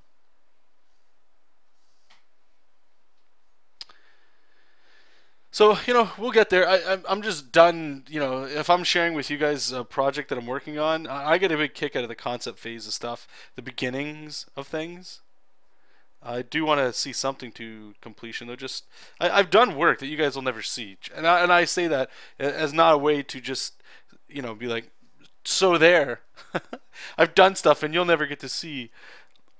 Um, just like learning in projects and stuff, but one day, I mean, it's a goal. And unfortunately, we don't get to do all of our like not all of us get to get the dreams we want, right? Or what we want to happen, have it happen to us, no matter how hard you try, right? I might not ever get any of my books done or any of my stories out. It's a reality. It's a sad reality. I don't want that to happen, but it's a truth.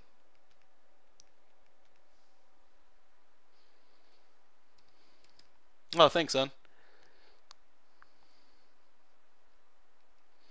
Yeah. Oh man.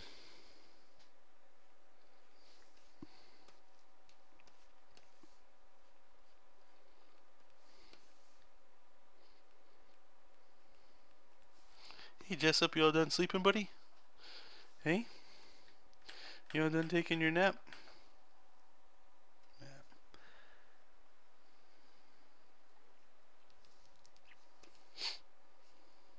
So I just want to let everybody know too that might be struggling with personal projects and that. Um,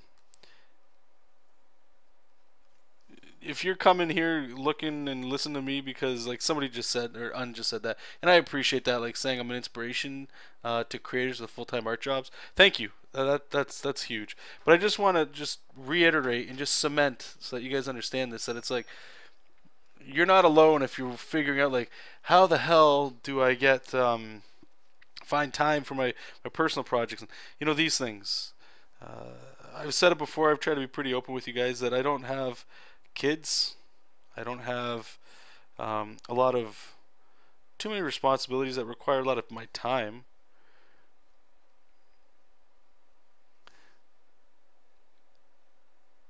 So if you have those things, then like I feel your pain.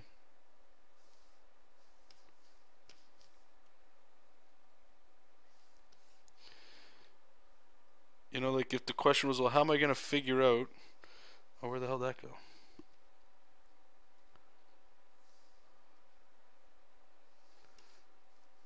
If the question was something, you know, like how am I going to figure out how to squeeze more time into my day so that I can do my own comics, so that I don't have to go to my day job anymore, like that's a big problem to have. But a lot of people share the same problem, so it's normal. I don't think it's weird or you're doing something wrong, like you're a fuck up or you're doing something horrible. You know, it could be a lack of discipline in all of our parts. You know, right? Like why does a certain person get the jobs they want? Why does the one person this or that? Chess up. Oh, did you move my inks? I'm gonna slap you. You know. Oh, what's the fascination with okay, so Jessup King came up when I did a mini comic. I just like the name Jessup, it sounded fun. Excuse me. And then I adopted a cat, and he has a white mustache. That's why I got him. So I just called him Jessup. That's it. Hey Jonathan, do you draw on an iPad at all? I don't own an iPad, no. I do have a Surface Pro. I do draw on that from time to time. But not enough to warrant the actual the purchase of it. I do like the fact that if I absolutely had to, and I don't do this, but if I absolutely had to, I can go somewhere and draw digitally, which is a huge freedom, huge thing to be able to have. Jessup, stop. Unfortunately, I don't really travel. I don't go to conventions and things, you know. And if I did, I can't imagine I'd be doing work right now. So I don't know. I've always tossed back the idea of selling it, using the money for something I should have done, like upgrade my computer, you know. But as for an iPad, I don't really have the time to be, even on my phone. I don't really play too many phone games. I'm more of like a Nintendo 3DS kind of guy. If I want to play video games, I'll have a video game system for it, that sort of stuff. I don't really fart around too much with iPads and stuff.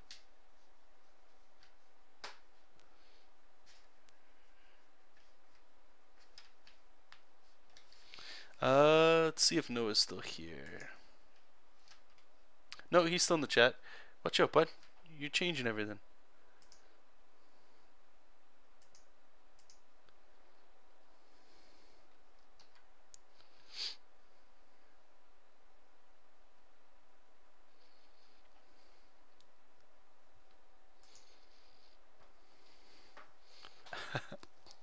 Oh, thanks, Cogs.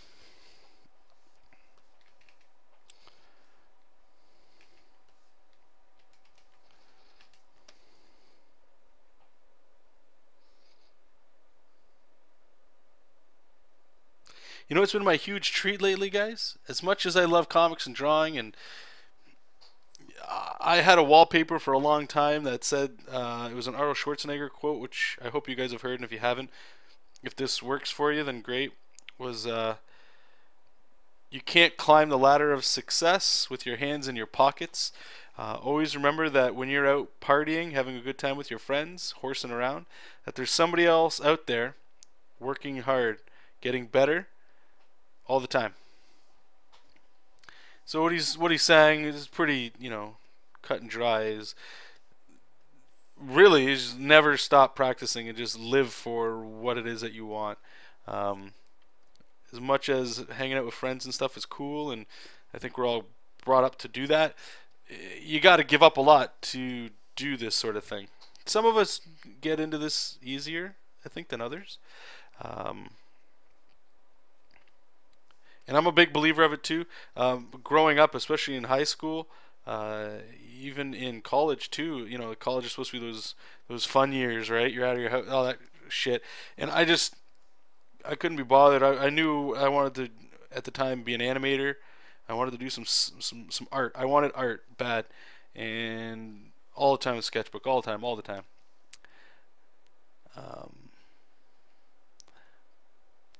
But as well, it's sort of like nowadays, it's like you gotta have a. Maybe you don't. I think some people believe this and some people don't. My girlfriend was actually saying this the other day because what I started talking about this whole thing for is this treat that I've given myself, not given myself, but that I get now is Magic the Gathering. Getting back into that. I think we could talk about Magic the Gathering maybe next week. I could talk a whole hour about Magic the Gathering and why that's so important. But as I grew up, and my brother did, we both played it. It was really the game that bonded us together as brothers, which is really weird. But home life wasn't the best, and that was our little outlet, our way to get away, you know. And as we grew up, he went and did graphic design, and he ended up moving to Toronto for a time, and we just started to drift. We were really good friends, that kind of stuff like that. And eventually, he just, life, you grew up, that kind of thing. But lately, I'd say the last, what has it been now? 2 years, we've gotten back into Magic, going to tournaments and stuff like that. Amazing. And now it's sort of like, you know what, that's my jam. That's what I'm into now. So if I can work hard during the week, that's sort of my little treat. Going to Friday Night Magic, play with a bunch of guys.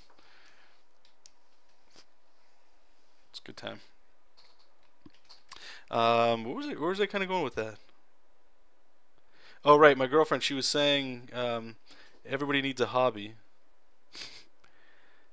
And I agree.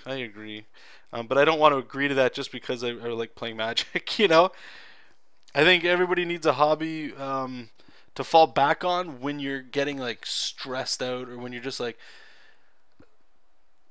you can't work. There's this thing called artist block. I don't believe in it, but some people do, where it's you're drained. And you can always work through artist block, even though you don't think you can. But there is always something that you should. I don't know. I don't want to say should, because I hate saying that kind of stuff, because it makes it sound like if you're not doing X or Y, then that's why you're not where you should be. But if you do have hobbies, it does make it easy to relax. Because I don't know if I'm alone on this, or if there's anybody else in the chat, or you guys out on YouTube. Leave a comment. Let me know. Like, you guys work all the time? Maybe not just your day job, but you feel like you're drawing too much or something, or you're so burnt out sometimes you just end up like watching YouTube videos instead of like actually doing work. Whereas if you had your video game hobby or something, that you just do that. I know video games can be, oh man, that could be a big time sink.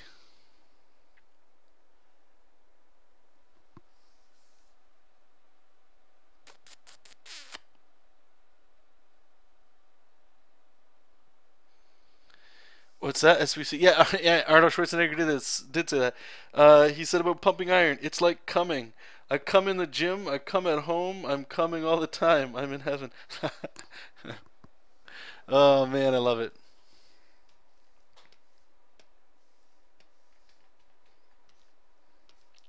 So the hero here, I'm gonna leave in like quite a bit of just light. I'm not gonna put too much shadow on this guy.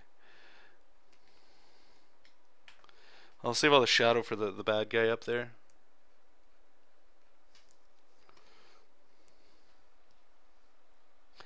Yes, Lars.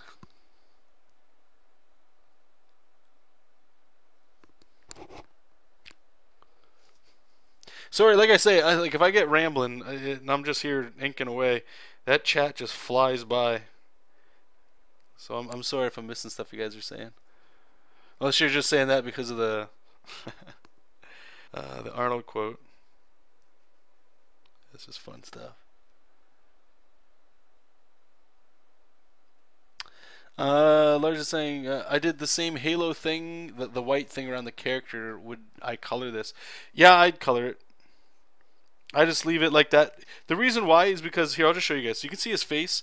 I'm going to ink all the white here, okay?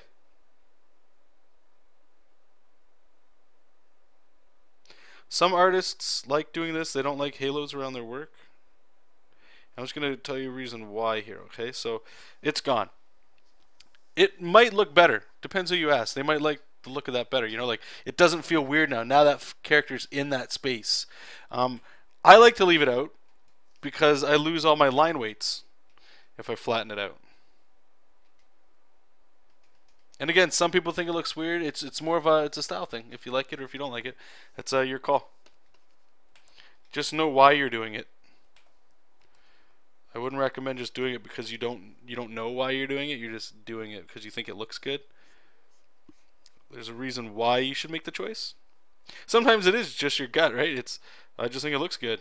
All right. Sometimes that's enough.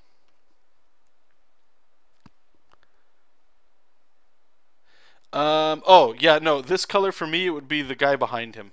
It'd be the lab coat. If I put the skin color there, it would look like I don't know how to color. I'd be coloring outside the lines. Hey Millennium Man, hey Jar, had to thank you again for your permission to digitally color those pics of yours. I was in a bit of a funk. Oh hey, awesome. Actually, if you want, post the links.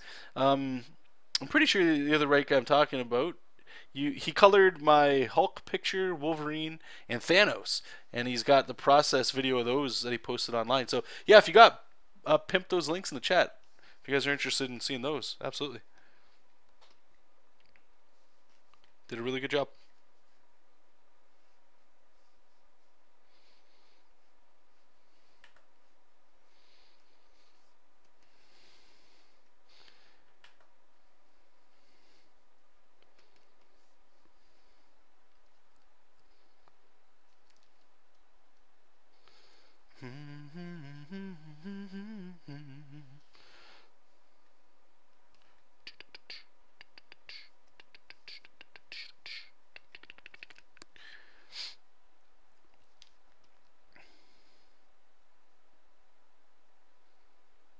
Hey, no, hey, thanks, man. If it helped you out, it helped me.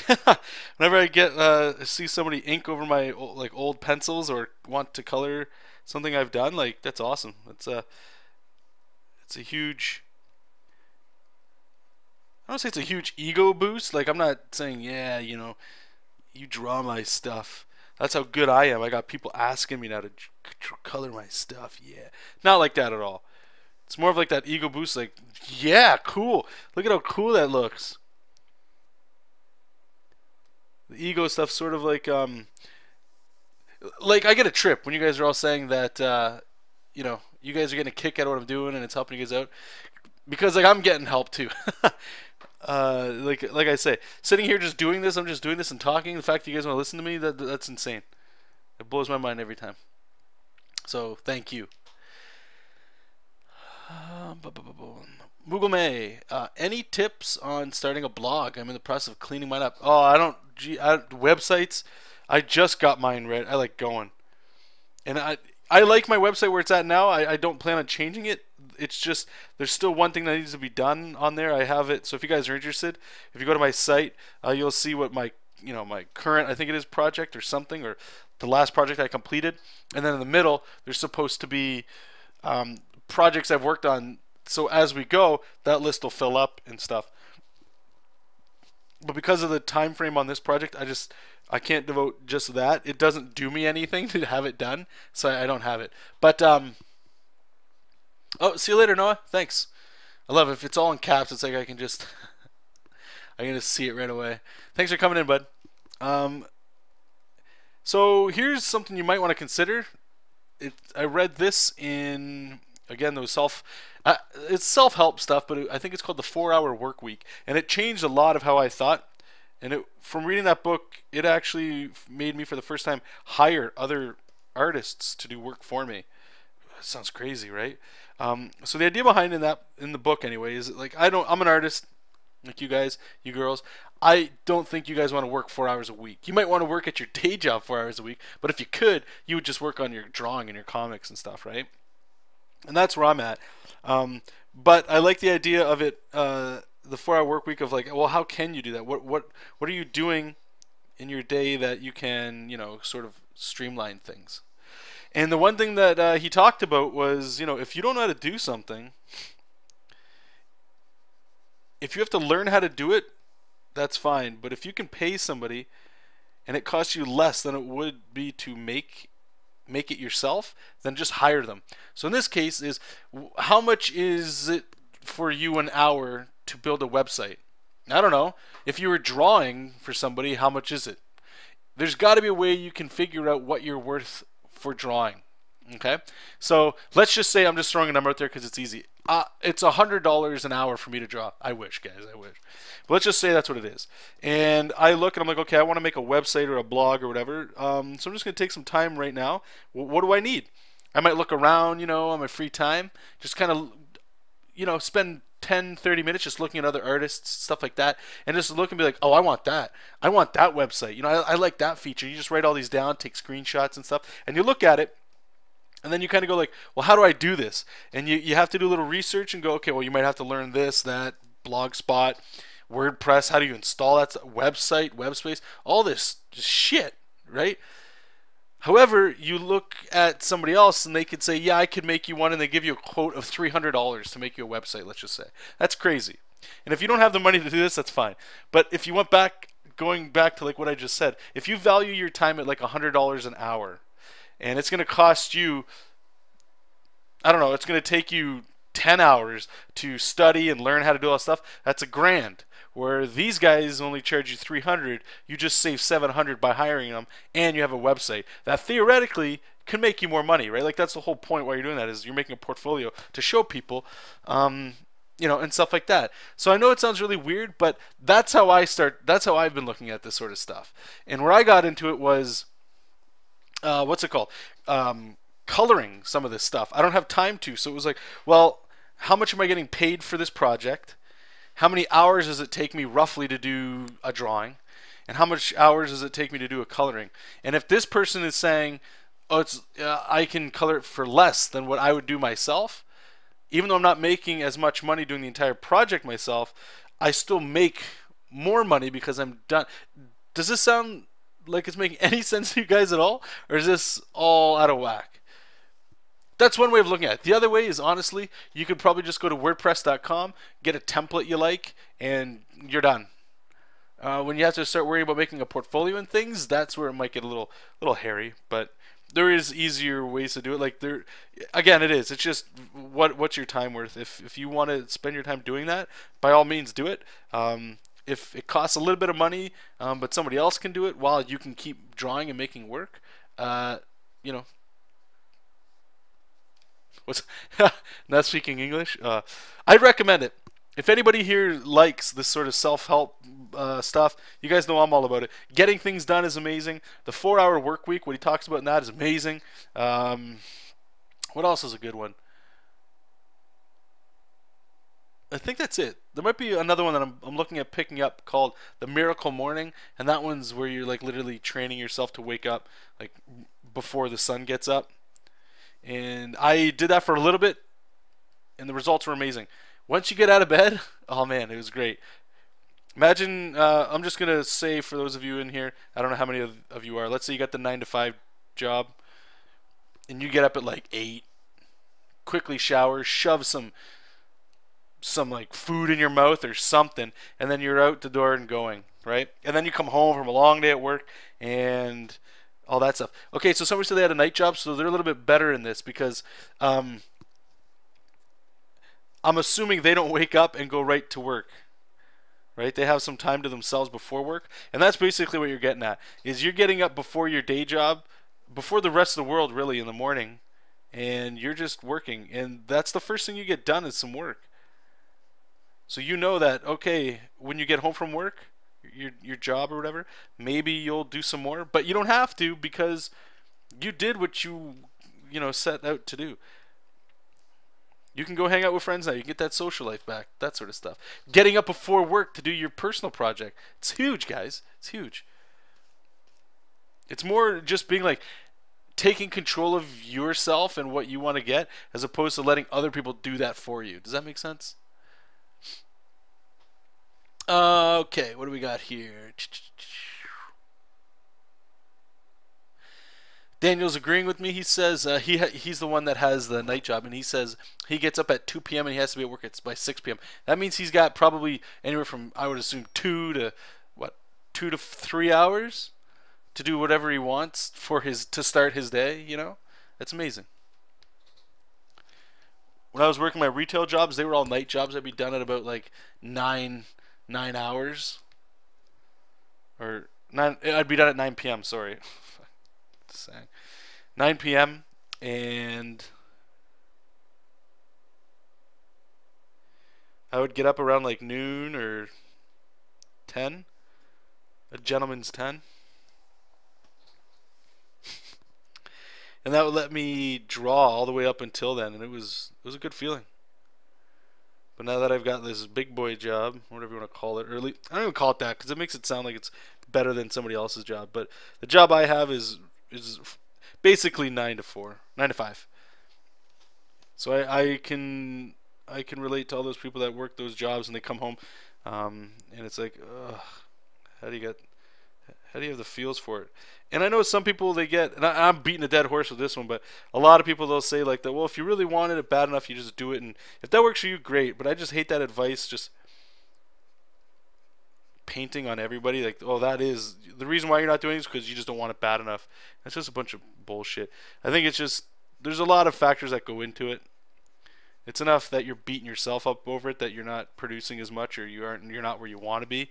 That just to say you don't like how much badder do I have to want it in order to get where I want to be? Like it's a good question to ask, but I don't think it should be like a paralyzing question, you know?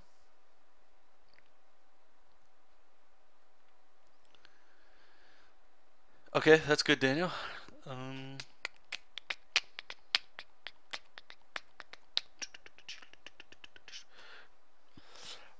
All right, well, so we got one last question here, and that's going to be the show today. So Daniel's asking the last question. Jonathan, are you on Manga Studio all the time now? I remember when you were all about Photoshop. So let me just be clear here. Sometimes I will open up Photoshop if I'm already in the program and use a pencil brush to do some stuff. What I was doing was there was a time when I'm trying to figure out how to do like bulk work, like do my pencils for like 4 comic pages or 4 illustrations, and then do inks for those 3 or 4 pages, that sort of thing. And in Photoshop, the Freddie E. Williams book, the DC Comics Guide to Digitally Drawing Comics, wonderful book. That workflow works wonderfully, but there's the art quality is a little different that I get from it, and the control in Manga Studio is better in my opinion for inks and things. Saying all that, now I've sort of committed to just sticking with Manga Studio because of that. The line art and the pencils and everything are already done there, but I do all my coloring, if it's a final piece of coloring, at least for now, in Photoshop. I'm not too familiar with Manga Studio's coloring tools. I can get a lot of the same effects. They're just under different windows and different names and things. And again, with this project, deadline's key, so I don't really have time to fart around and figure it out. So yeah, so pencils, inks, thumbnails, roughs, that's all Manga Studio now. It's a very lightweight program compared to Photoshop. And then Photoshop's all my like designy kind of stuff, like logos, coloring, banners, or things that I might need for websites and stuff.